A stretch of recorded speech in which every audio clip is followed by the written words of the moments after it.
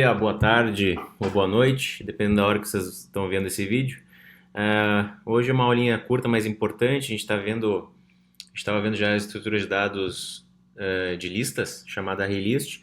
Hoje a gente vai ver uma outra estrutura muito útil para alguns problemas. Ela ajuda a reduzir a complexidade do código em uma grande quantidade. Então, o que acontece é o seguinte: a gente vai ver mapas, mais especificamente o HashMap, que é o que a gente vai usar aqui ao longo da aula.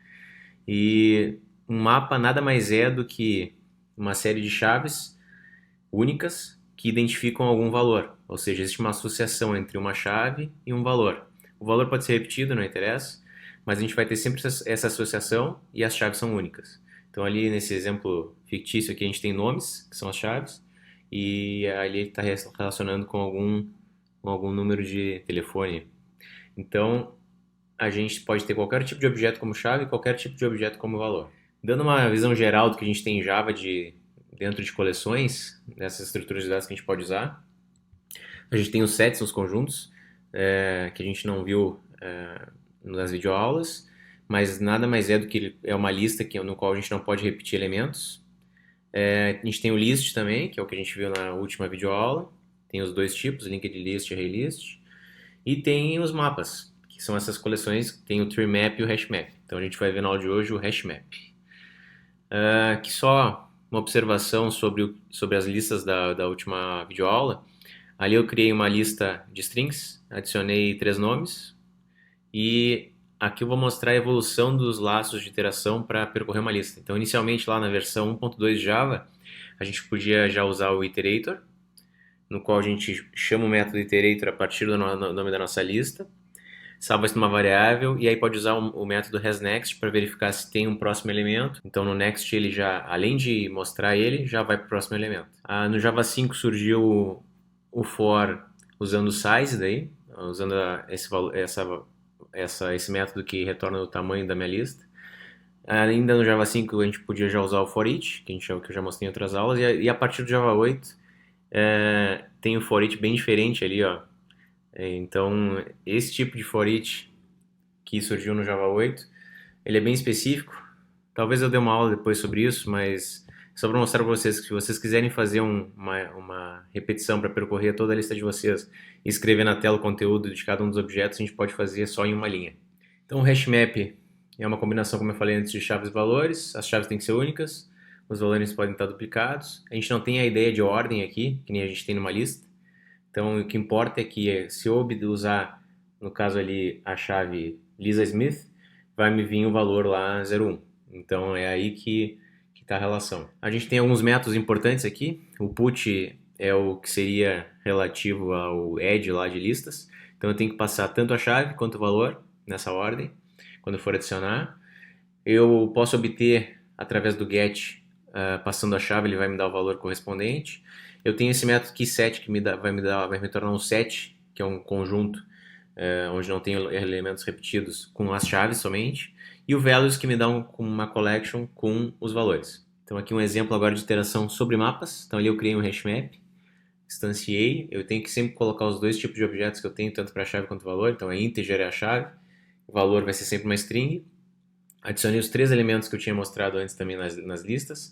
Com a chave 1 eu acesso Clementine, com a chave 2 Duran, com a chave 3 Mike.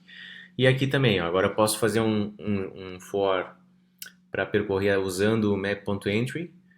Nesse caso aqui eu posso, dentro do laço de repetição, obter tanto a chave com getKey, quanto o valor com getValue.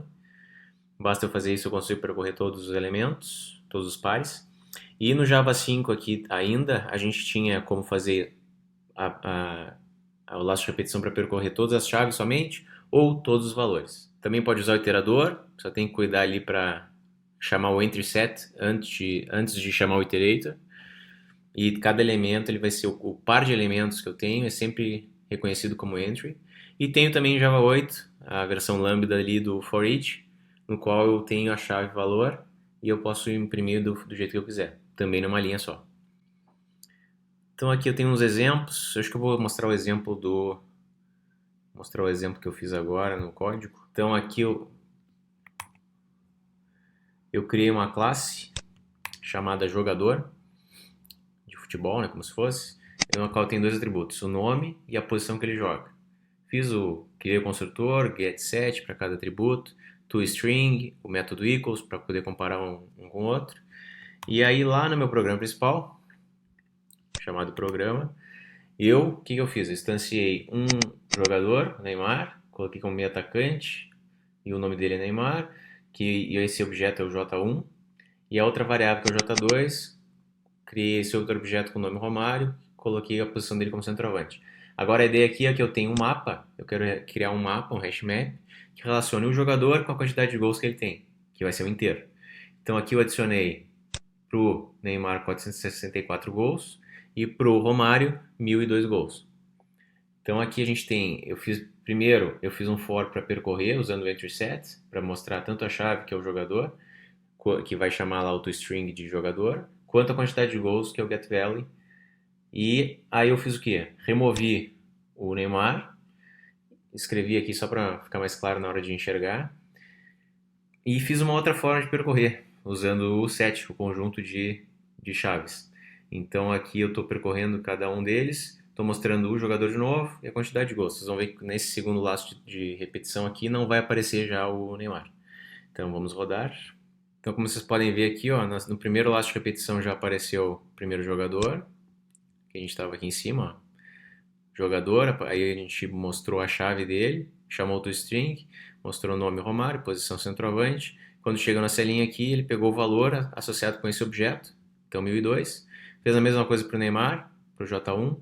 Vocês podem notar que eu adicionei primeiro o J1, depois o J2, mas eles vieram na ordem inversa na hora que eu percorri, porque no hashmap não tem essa ideia de ordem, né?